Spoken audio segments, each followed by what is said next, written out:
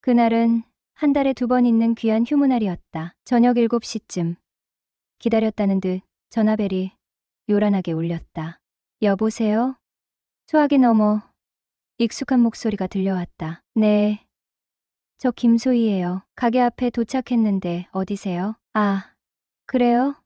제가 앞으로 바로 나갈게요. 전화를 끊고 서둘러 가게 문을 열고 밖으로 나갔다. 그녀는 2년 전 이혼한 친구의 아내였다. 보험 일을 시작했다는 소식을 듣고 가게 보험을 들어볼까 싶어 수소문 끝에 어렵게 연락이 닿아 드디어 오늘 만나게 된 것이었다. 저 멀리 짙은 검정색 신형 그랜저 한 대가 번쩍이는 비상등을 켜고 마치 흑조처럼 유유히 가게 앞으로 미끄러져 들어왔다. 보험일 꽤 잘 풀리나 보네. 속으로 슬쩍 질투심을 느끼며 그녀를 기다렸다. 잠시 후 차 문이 열리고 남색 투피스 오피스룩의 흰 블라우스를 깔끔하게 차려입은 그녀가 조심스럽게 차에서 내렸다. 또각또각 경쾌한 구두 소리를 내며 내 앞으로 다가와 환한 미소와 함께 인사를 건넸다. 그녀는 여전히 이쁘고 매력적이었다. 솔직히 그녀가 어떻게 지내고 있는지 궁금하던 차에 보험은 핑계였는지도 모르겠네요. 창식 씨, 오랜만에 뵙네요. 소희 씨가 맞아요? 얼굴이 너무 좋아지셔서 못 알아볼 뻔했네. 어색한 미소와 함께 인사를 주고받고 가게 안으로 함께 들어섰다. 위험하다고 해야 할까? 아니면 농염하다고 해야 할까? 그녀를 사적으로 몇 번 본 적은 있지만 얼굴만 수수하게 예쁘다고만 생각했지. 몸매가 이렇게까지 훌륭한 줄은 미처 몰랐다. 뒤태가 장난이 아닌 거다. 몸에 착 달라붙는 스커트 때문에 가게 안으로 걸어 들어가는 뒷모습은 그야말로 시선을 강탈하는 듯했다. 마치 예전 여자친구가 볼링 치던 모습에 첫눈에 반했던 것처럼 말이다. 이쪽으로 앉으시죠. 차 한 잔 드릴까요? 네. 시원한 걸로 아무거나 주세요. 창식 씨도 요즘 아주 좋아 보이시네요. 그녀는 결혼 전이나 이혼 후에도 늘 밝게 웃으며 사람을 편안하게 해주는 묘한 매력이 있었다. 네. 덕분에 잘 지내고 있습니다. 소희 씨랑 헤어지셨다는 이야기는 들었어요. 창식 씨는 워낙 성격도 좋으시니 금방 좋은 인연 다시 만나실 거예요. 그런가요?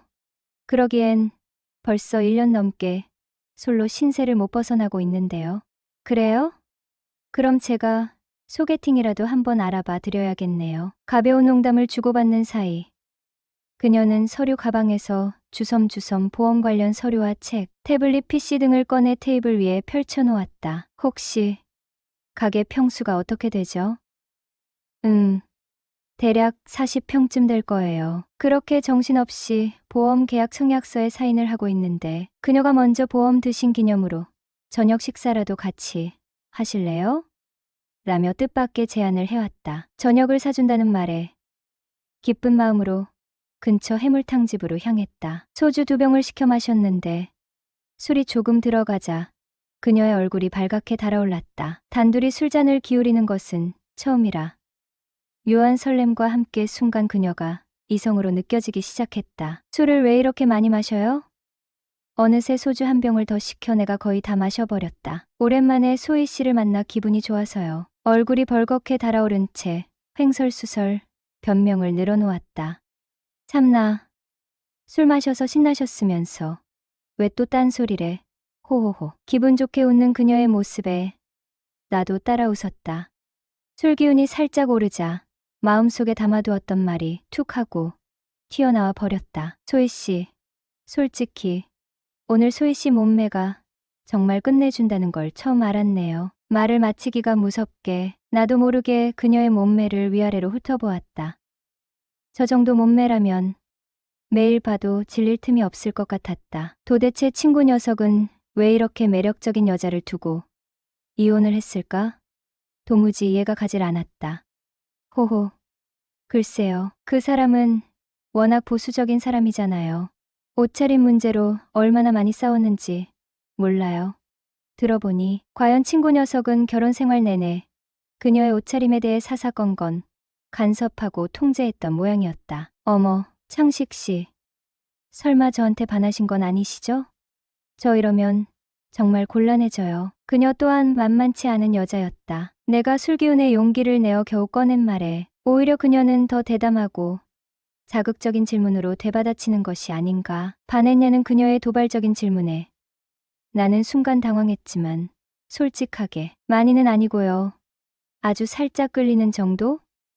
라고 얼버무렸다. 내 어정쩡한 대답이 마음에 안 들었는지 그녀는 얄미운 눈빛으로 나를 흘끗 쳐다보며 반했으면 반한 거지.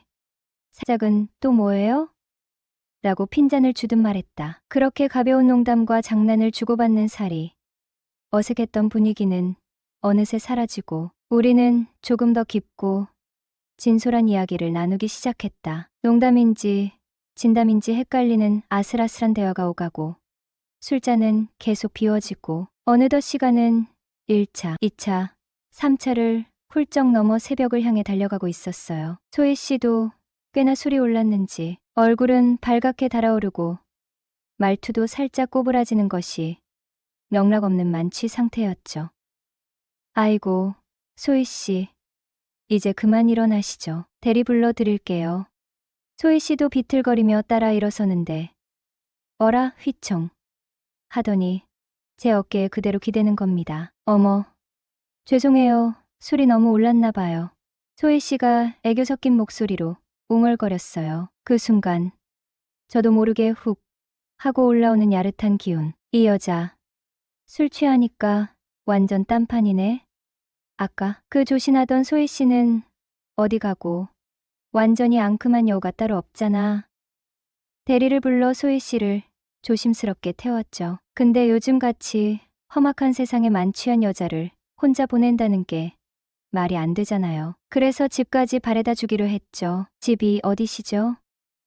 기사님에게 주소를 말하고 뒷좌석에 앉아 소희 씨를 봤죠. 얼굴은 발갛게 달아올라 더 섹시해 보이고 살짝 풀린 눈은 몽롱한 듯하면서도 묘하게 사람을 끌어당기는 매력이 있었어요. 순간 끈적하고 야릇한 기운이 감돌기 시작했어요. 심장이 쿵쾅거리는 소리가 귓가에 쩌렁쩌렁 울리는 듯했죠. 나도 모르게 침을 꿀꺽 삼켰네요. 외적으로 아주 마음에 드는 여자가 만취한 상태로 정신을 못 차리고 내 어깨에 기대고 있는데 어떻게 한번 들이대볼까? 속으로 이런저런 궁리를 하고 있었죠. 귓가에는 악마의 목소리가 들리는 듯 했어요. 골뱅이다. 말로만 듣던 술 취한 골뱅이. 찬스가 눈앞에 나타난 거야. 머릿속에 온갖 생각들이 폭풍처럼 스쳐 지나갔어요. 드디어 소희 씨 집 앞에 도착을 했네요. 여기 맞죠? 제가 어깨를 잡아 부축하려는데 소희 씨가 갑자기 제 손을 잡더니 저를 빤히 올려다보는 겁니다. 그 촉촉한 눈빛에 저는 순간 넋을 잃고 멍하니 그녀를 바라봤습니다. 저 오늘 창식 씨 덕분에 너무 즐거웠어요. 소희 씨는 작게 속삭이듯 말하며 제 품에 안겨오더군요. 일부러 술 취한 척 연기를 한 거였어요. 아마 그녀도 남자가 필요했나 봐요. 어라?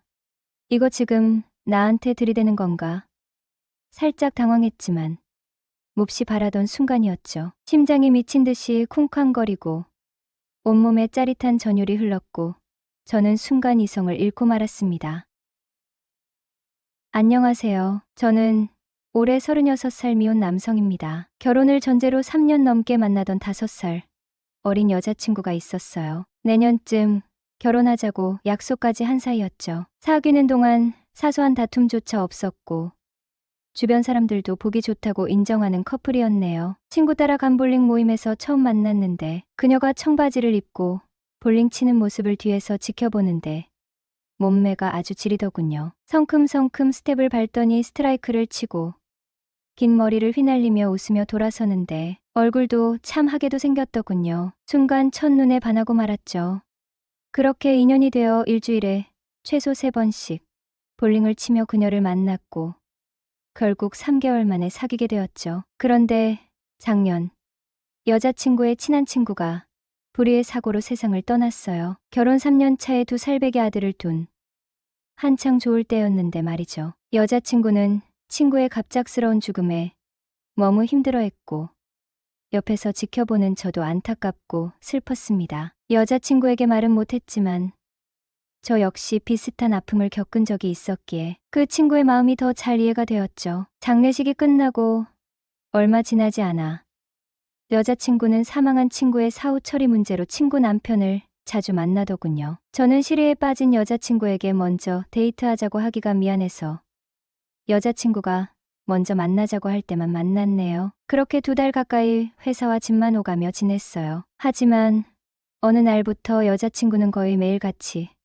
친구 남편을 만나더군요. 제가 연락해서 자기 어디야? 라고 물으면 친구 집이거나 친구 남편과 밖에서 밥 먹고 있어. 카페에서 차 마시고 있어 라는 대답이 돌아왔어요. 저는 친구 남편도 얼마나 마음이 아플까 생각하며 여자친구가 잘 챙겨주는 것이라고 믿고 깊게 생각하지 않았습니다. 그때까진 서로에 대한 믿음이 있었으니까요. 하지만 친구 사고 이후 여자친구와 만나는 횟수는 일주일에 한 번, 그 다음부터는 보름에 한 번 정도 보는 식으로 줄어들었죠. 점점 멀어지는 느낌을 받았습니다. 슬픔에 잠긴 사람에게 꼬치꼬치 캐묻는 것은 예의가 아니라고 생각해서 그냥 믿고 기다릴 수밖에 없었네요. 하지만 몇 달이 지나도 여자친구는 여전히 친구 집안일을 챙겨야 한다며 늘 바빴어요. 문제는 3살 된 아이였습니다. 저도 몇 번 본 적이 있는데 정말 인형처럼 귀엽고 예뻤어요. 특히 여자친구가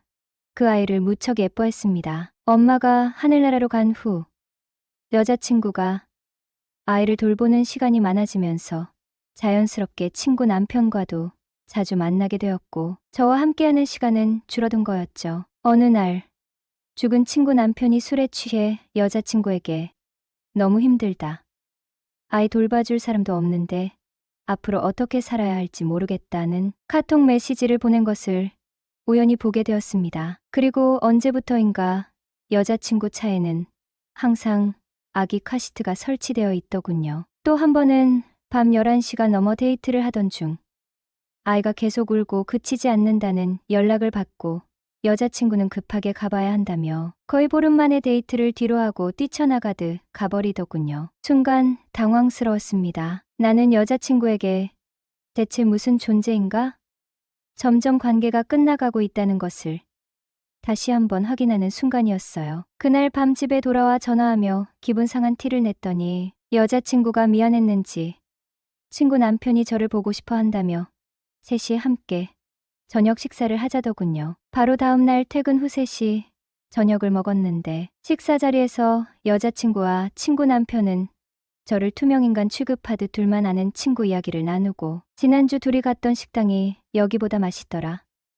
다음에 만나서 먹을 메뉴를 정하자. 밥 먹고 드라이브 가고 싶다는 등의 이야기를 둘만 주고받더군요. 여자친구는 맞장구를 치며 웃었고 오랜만에 보는 밝은 모습에 순간 놀랐습니다. 아니, 놀랐다기보다 충격에 가까웠죠. 제 앞에서 늘 우울한 모습만 보였기에 웃음을 잃은 줄 알았는데 그게 아니었던 겁니다. 저는 불편한 분위기에 굳이 대화에 끼어드는 것이 예의가 아닌 것 같아 조용히 밥만 먹었네요. 최근 여자친구의 태도가 미묘하게 달라졌다는 것을 느꼈어요. 사람의 감이란 게 있잖아요. 아무래도 2사람 사이에 뭔가 일이 생긴 것 같았네요. 거의 반년 가까이를 마치 부부처럼 붙어 지냈으니 한창 나이에 정분이 안 드는 것이 오히려 이상할 정도였으니까요. 여자친구는 연락도 잘 받지 않았고 피하는 듯한 느낌을 받았거든요. 남자 목소리가 들리는 상황에서도 제게 친구랑 있다고 둘러대며 금방 갈게 라고 통화하는 것을 들었거든요. 반년이 넘는 시간 동안 변하지 않는 여자친구의 모습에 저 또한 점점 지쳐갔죠. 처음에는 아내와 사별한 친구 남편이 안쓰러워서 위로하려는 것이라고 생각했지만 시간이 지날수록 여자친구는 저에게 소홀해지고 무슨 일이든 친구 남편과 상의하고 저보다 그 남자를 훨씬 더 자주 만나 챙기는 모습에 서운함을 느꼈습니다. 서운한 마음을 내비치면 여자친구는 저를 이상한 사람 취급하며 지금 상황이 얼마나 힘든지 이해해야 한다.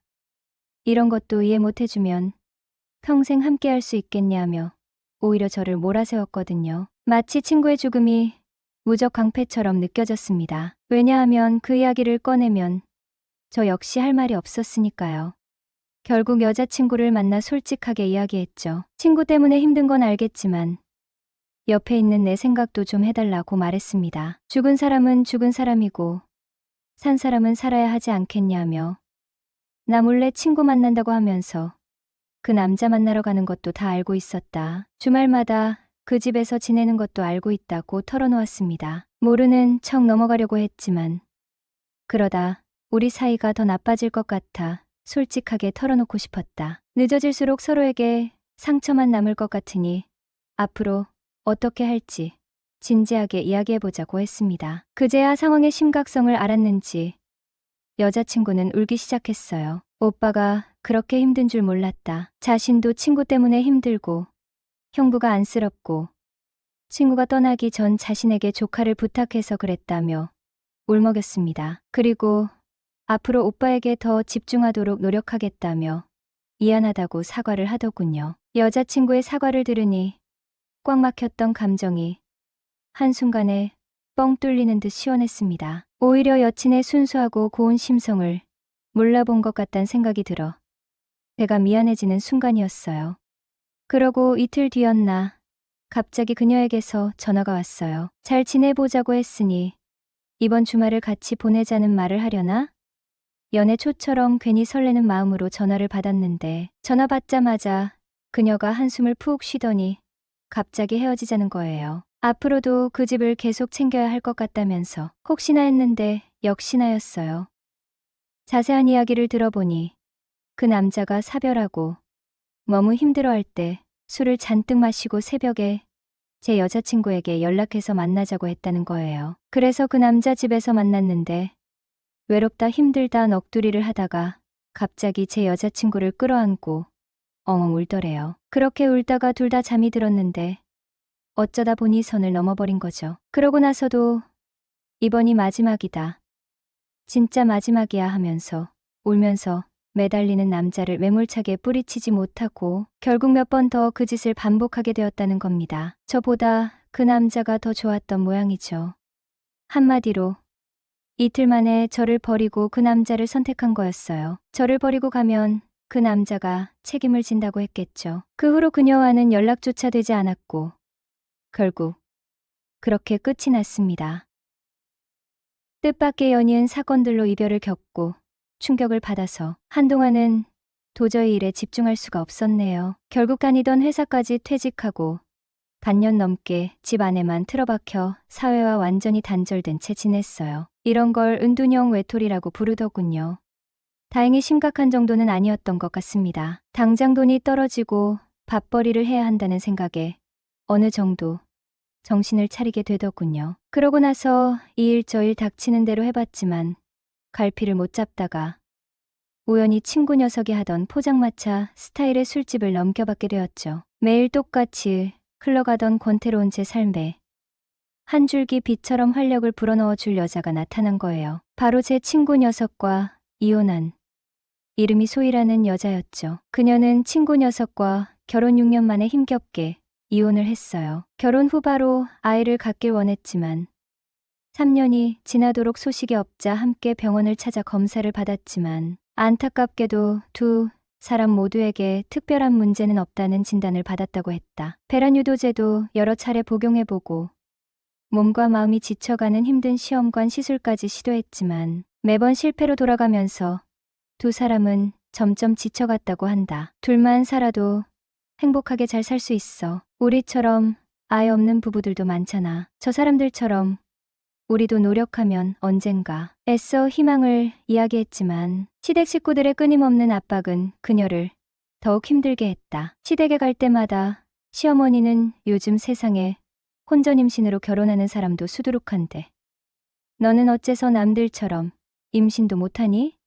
라며 노골적으로 비난했고 심지어 시아버지는 아예 아이 소식 없을 거면 이제 집에도 찾아오지 마라. 내가 우리 집안대를 끊어놓는 몹쓸 년이라며 사마입에 담을 수 없는 폭언까지 서슴없이 내뱉었다고 한다. 결국 좁혀지지 않는 가족 간의 갈등과 끝없는 상처 속에 더 이상 버틸 수 없었던 그녀는 이혼이라는 힘든 결정을 내릴 수밖에 없었던 것이다.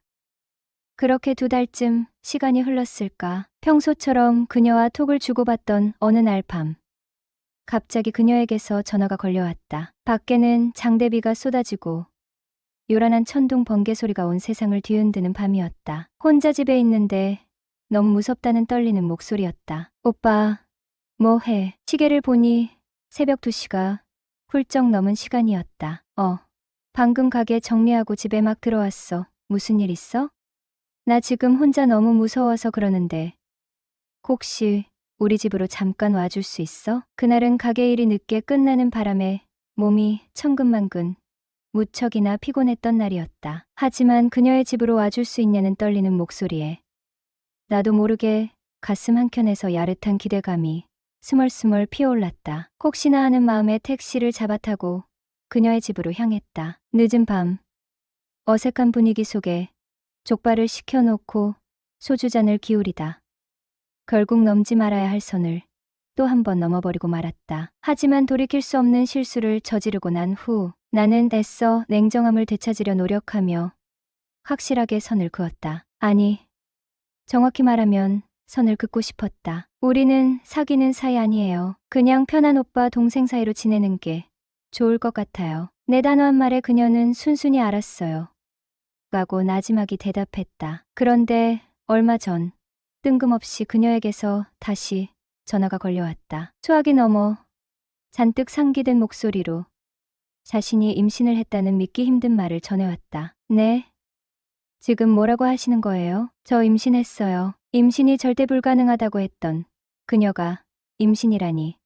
그것도 딱 한 번의 실수로. 나는 도저히 이 상황을 믿을 수가 없었다. 당혹감과 혼란스러움에 머릿속이 하얗게 비워지는 듯 했다. 소희는 어렵게 찾아온 아이라고 했다. 하늘이 주신 선물이라며 어떻게든 꼭 낳아야 한다고 강하게 주장했다. 그녀의 단호한 태도에 나는 솔직히 조금 부담감을 느꼈다. 정식으로 사귀는 사이도 아니었고 더군다나 친구의 전 와이프라는 복잡한 관계가 자꾸만 머릿속을 맴돌았기 때문이었다. 솔직히 신경이 쓰이지 않을 수 없었다. 하지만 소희가 싫었던 건 절대 아니었다. 오히려 예쁜 얼굴에 글래머러스한 몸매는 딱 내 스타일이었다.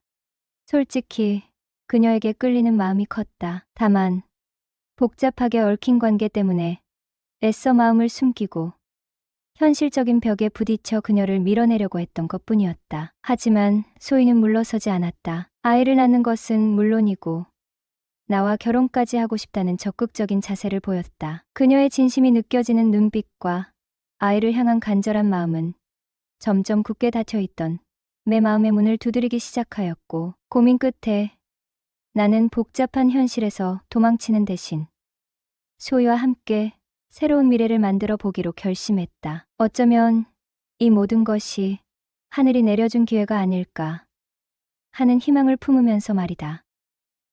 운명은 때로는 가장 복잡한 길을 통해 우리를 최고의 목적지로 이끈다.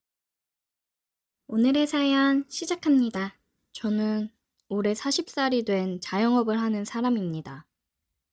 부모님이 하시던 일을 물려받아 하는 거라 크게 힘들이지 않고 수월하게 시작했습니다.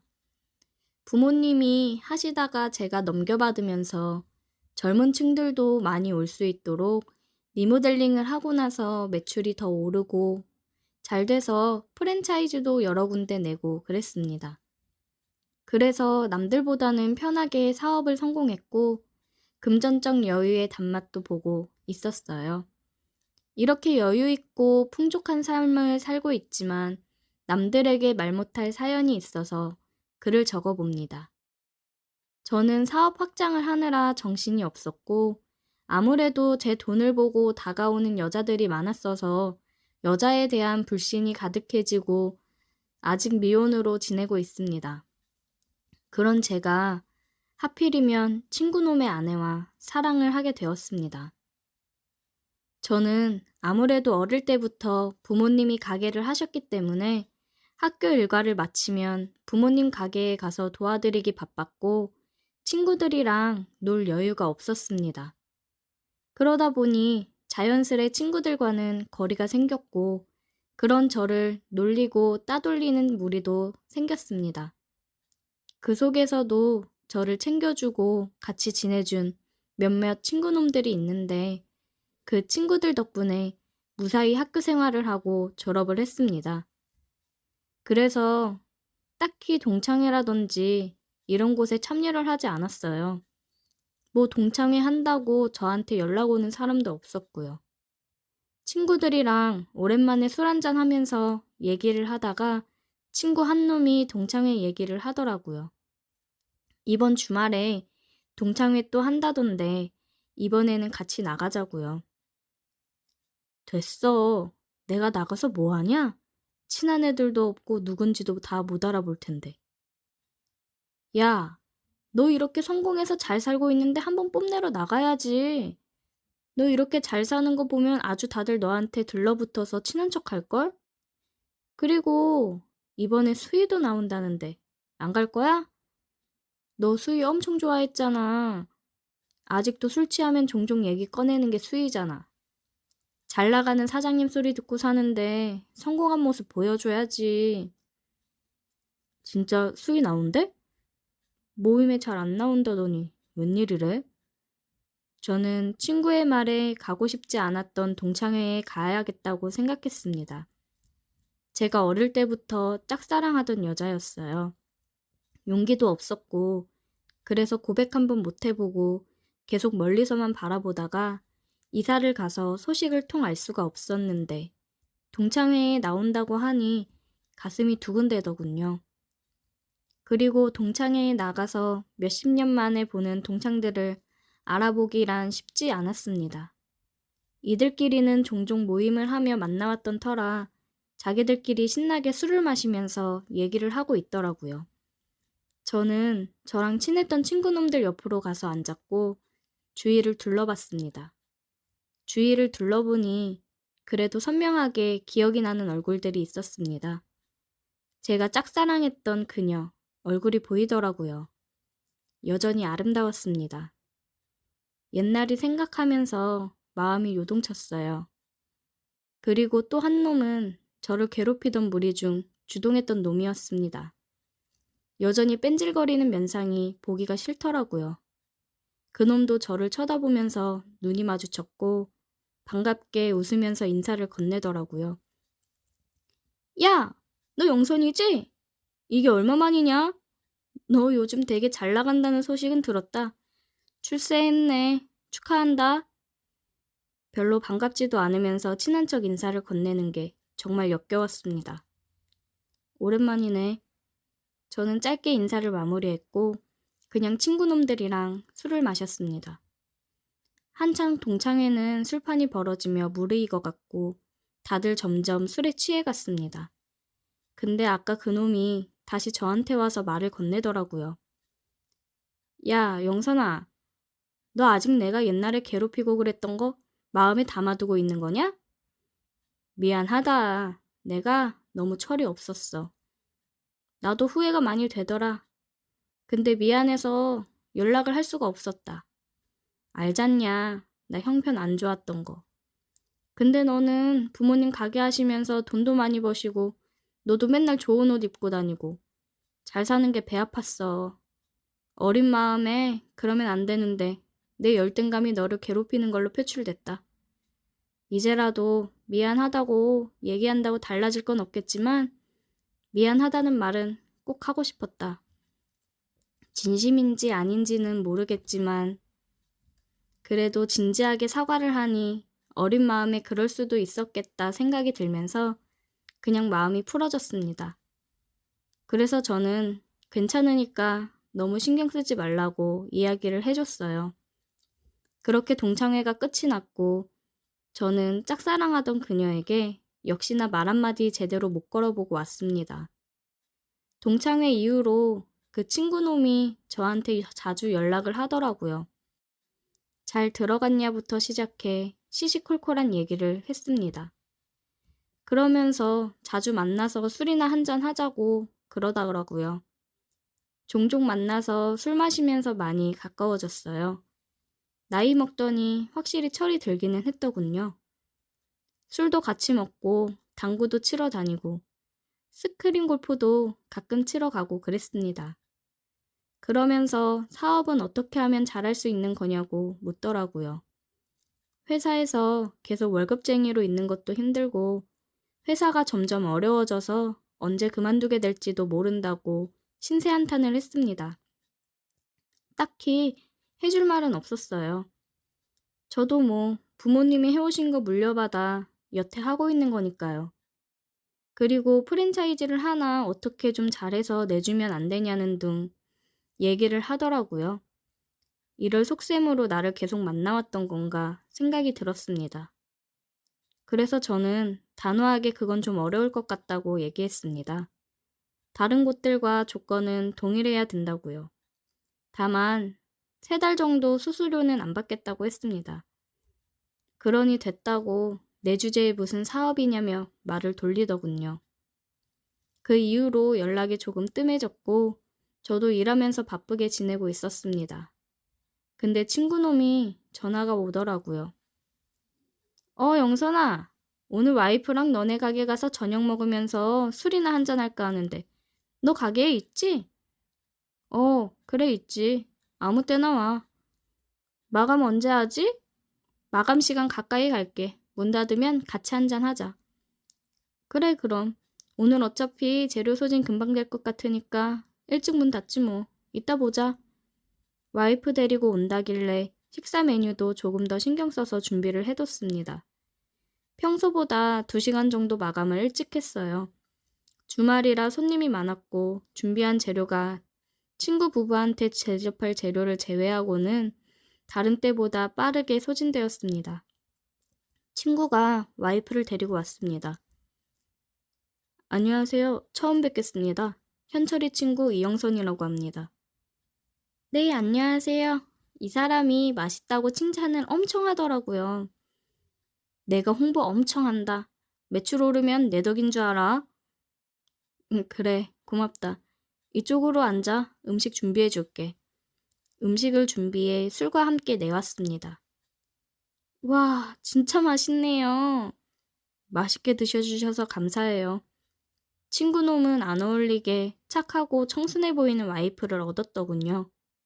처음 봤을 때 제 첫사랑이랑 이미지가 비슷해서 그런지 마음에 훅 들어왔습니다. 제 이상형에 가까웠어요. 그런데 친구놈은 역시나 옛날 버릇을 아직 다 못 고쳤는지 와이프 앞이라고 그러는 건지 와이프한테 허세를 부리고 약간 막대하는 게 보였습니다.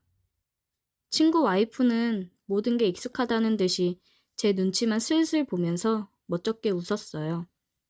같이 술을 한참 마시고 있는데 얘기를 하다가 와이프가 말실수라도 하면 머리를 밀치면서 무시를 한다거나 눈살이 찌푸려지는 행동을 많이 하더라고요. 저는 그럴 때마다 많이 취한 것 같다. 그래도 와이프 머리를 그렇게 밀치고 그러면 안 되지 하면서 얘기를 하기도 하고 계속해서 이야기 화제를 돌리고 그랬습니다. 친구놈은 계속 사업 관련 얘기를 했고 저는 그냥 들어주며 술을 따라줬어요. 그냥 빨리 취하게 해서 집에 보내고 싶었습니다. 취하니까 더 얘기를 하고 싶지 않은 타입이더라고요. 친구놈한테 술을 따라주면서 얘기를 듣는 와중에도 제 시선은 친구놈 와이프한테 갔습니다. 그러면서 속으로는 계속 생각했어요. 어쩌다가 저런 놈을 만나서 고생을 하고 있지. 너무 안타깝다는 생각이 들더라고요. 그런 제 시선이 느껴졌는지 친구놈 와이프는 살짝 슬픈 미소를 지었습니다. 친구놈은 술에 취했는지 와이프를 굉장히 깎아내리듯이 말을 하더라고요. 내가 암만 돈을 벌어오면 뭐하냐? 집에 이런 식충이가 있는데. 몸이 약해 빠져서 나가서 일도 제대로 못하고 그렇다고 밤일을 잘해주는 것도 아니고 이건 뭐 상전을 모시고 사는 것 같다니까. 너는 결혼 안 한 게 축복인 줄 알아라. 야, 너 취했다. 할 말이 있고 못할 말이 있지. 그만해. 내가 뭐 없는 말 했냐? 네가 말해봐. 내 말이 틀려? 여보, 그만해요. 많이 취했어요. 뭘 그만해? 내 말이 틀리냐고. 한참 주정 부리던 친구놈은 결국 잠이 들었어요. 진상도 저런 진상이 없었습니다. 친구놈 와이프는 화장실 좀 다녀온다며 일어났습니다. 눈물이 고여있는 걸 보니 울어서 화장실을 가는 것 같았습니다. 저는 걱정이 돼서 화장실 앞에서 기다렸어요. 그녀는 문을 열고 나왔습니다. 괜찮으세요? 네, 괜찮아요. 죄송해요. 괜히 와서 추태만 부렸네요. 예린 씨가 미안할 게 뭐가 있어요. 현철이 저놈이 생각이 없는 거지. 왜 참고만 있어요. 다 맞는 말 하는 건데요, 뭐. 그리고 오늘은 많이 취해서 더 저러는 거예요. 예린 씨, 저놈이 저러는 거 당연하다는 듯이 받아주고 참고 살지 마세요. 예린 씨도 예린 씨 부모님한테는 소중한 딸인데 왜 이런 취급을 받아도 된다는 듯이 그럽니까? 예린 씨부터가 자신을 소중히 생각하고 아껴야죠. 제 말에 그녀가 눈물을 다시 흘렸습니다. 아, 죄송해요. 왜 이렇게 눈물이 나지? 예린 씨, 당신은 충분히 더 많은 사랑을 받을 자격이 있는 사람이에요. 무시당하는 게 당연하다고 생각하지 마요. 그리고 울지 말아요. 예린 씨 우는 거 보면 제 마음도 아파요. 저는 그녀를 화장실 안으로 다시 들어가게 하며 키스를 했습니다. 그녀는 많이 놀란 듯 했지만 눈물을 흘리며 키스를 받아줬어요. 친구놈이 그녀를 무시하고 막대하는 게 옛날 제 모습을 보는 것 같아서인지 그녀에게 마음이 더 갔습니다. 저와 그녀는 잠든 친구를 뒤로한 채 화장실에서 뜨겁게 사랑을 나눴습니다. 인연이라는 게 따로 있는 걸까요?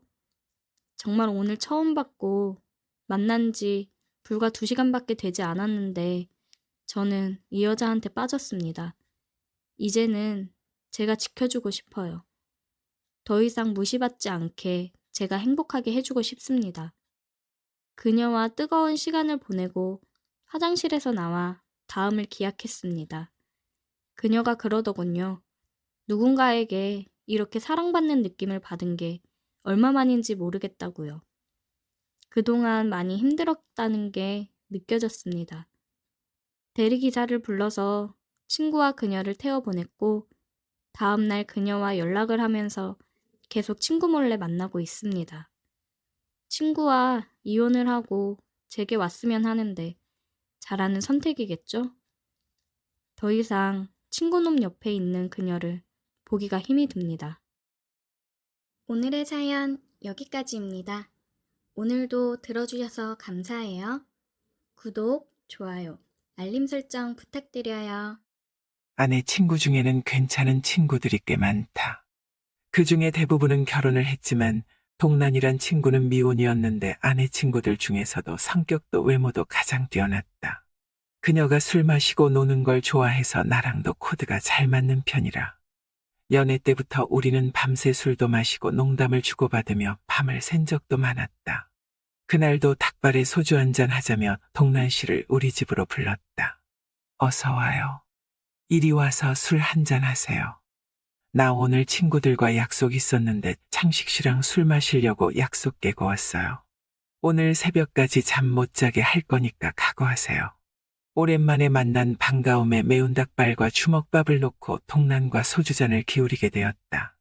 어느새 소주 3병을 비웠고 아내는 피곤하다며 먼저 들어가서 자고 자연스럽게 동란과 둘이 노래방으로 자리를 옮기게 되었다.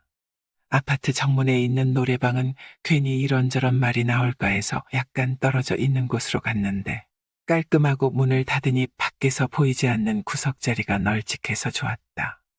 처음엔 난 구석자리에 동란을 앉히고 반대편의 자리를 잡고 캔맥주를 마시며 조용히 노래만 불렀다. 동란 씨처럼 매력적인 여자가 왜 여지껏 결혼을 안 하는지 몰라. 내가 총각이었다면 도시락 싸들고 다니면서 동란 씨 뒤만 졸졸 따라다녔을 텐데. 그랬더니 그녀가 하는 말이 나도 창식 씨가 총각이었더라면 당장이라도 결혼할 텐데 라는 말을 하더라고요. 그때까지만 해도 아내 친구인데 설마 했습니다. 그녀와 알게 된 지도 벌써 7년이 넘어가고 있었는데 자주 만나다 보니 어느새 아내와는 또 다른 각별한 사이가 되었습니다. 하루에도 몇 번씩 톡을 주고 받거든요. 오빠 오늘 점심은 뭐 먹었어요? 오늘은 몇 시에 퇴근해요? 우리 또 술 한잔 거하게 해야죠. 근데 아내는 내가 동란 씨와 이렇게까지 가깝게 지낸다는 사실은 전혀 모릅니다. 왜냐하면 그 친구와 아내는 어릴 때부터 붙어 다니는 절친이긴 하지만 알게 모르게 라이벌의식 같은 게 있는지 무슨 일만 일어나면 그 일로 부딪히고 서로 반대 의견을 내면서 자주 의견차를 보였거든요. 그래서 제가 아내 친구와 개인적으로 연락한다는 걸 알게 되는 순간 아마도 입에 개거품까지 물고 이혼하자고 달려들게 불보듯 뻔했기 때문입니다. 안녕하세요. 저는 올해 39살의 남자이고 결혼한 지는 6년 정도 되어갑니다. 아내는 직장 동료 지인의 소개로 1년 조금 넘게 연애 끝에 결혼을 했고 저보다는 2살이 어립니다. 제가 결혼 5년 차에 회사에서 지방으로 발령이 나서 약 2년 정도는 주말 부부로 떨어져 지내게 되었습니다. 30평 아파트를 전세로 살고 있었는데 아내 혼자 두고 갈 수가 없어 재계약을 하지 않고 처갓집에 들어가 지내기로 했습니다.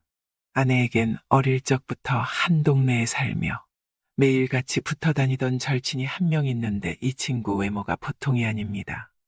결혼 전 아내가 친구들 소개시켜준다고 처음 만나러 갔을 때 유독 그녀가 눈에 들어오더군요. 그렇다고 아내가 어디 가서 빠지는 인물은 아닌데 워낙에 그녀가 출중하다고 하는 게 맞을 겁니다. 공부도 잘했는지 직장은 외국계 기업을 다니고 있었고요. 처음엔 몰랐는데 제 아내와 그 친구는 둘도 없는 친구 사이지만 어릴 때부터 서로 라이벌 관계로 선의의 경쟁을 해온 모양입니다. 여러 가지 일이 있었겠지만 둘 다 고집이 세고 지는 걸 싫어하는 성격이라 더 그런가 봅니다. 정확한 이유는 잘 모르겠고 지금까지도 10번 만나면 꼭 한두 번은 의견차로 인해 말다툼을 하고 한 달 동안 서로 연락도 안 하고 지내오다. 내가 술 한잔 하자고 집으로 초대해서 집에 오면 또 언제 그랬냐는 듯 하호하며 가까이 지내더군요. 그러다 회사에서 대전 지점으로 발령이나 2년 정도 근무를 하게 되면서 사무실 근처에 원룸을 얻어 혼자 지내게 되었죠. 근데 아내가 서울에서 대전까지 KTX를 이용하면 불과 1시간 거리여서 일주일에 서너 번씩 오고 가는데 그게 부담되지는 않아 했어요. 아내가 자주 못 만나니까 오히려 신혼 때로 돌아간 것 같다면서 은근 기대를 하더군요. 아내 취향에 맞게 원룸 인테리어도 하고 백종원님 레시피 따라 다양한 요리들도 만들어 먹고요. 대전에 한 번씩 내려오면 나름 알차게 시간을 보내며 지냈어요. 근데 석 달 전 아내가 일적인 문제로 보름 정도 미국을 다녀오게 되었는데 아내 친구 동란 씨가 갑자기 연락이 와서는 오빠 이번 주에는 민정이 국내에 없어서 대전 못 내려가는 거 알지? 그러면서 아내 대신 자기가 내려온답니다. 그러라고 했죠. 밑반찬이나 챙겨주려고 오나 싶었습니다. 토요일 오후 약속 시간보다 훨씬 빨리 도착할 것 같으니까 집 주소와 방 비밀번호를 카톡으로 넣어달래요. 저도 없는 집에 먼저 들어가 있겠다고요. 워낙에 친한 사이고 장시간 여자 혼자 밖에서 기다리게 할 수 없단 생각에 집 주소와 비밀번호를 톡으로 보내주었지요. 저녁에 6시에 칼퇴근하고 집에 갔더니 그녀가 방이랑 화장실 청소도 해놓고 구석구석에 널브러져 있던 빨래감까지 찾아내서 세탁기도 돌려놓고 차돌박이 된장찌개와 계란말이, 감자볶음 등 밥상을 가득 메운 저녁까지 차려놨더라고요. 오빠 어때요? 음식이 입맛에 맞아요. 이것도 한번 먹어봐요. 이것도요. 오빠, 우리 시원한 맥주도 한 잔해요. 동란 씨 오늘 집에 안 들어가. 여기서 술까지 마시면 오늘 서울 올라가기 힘들 텐데. 괜찮겠어?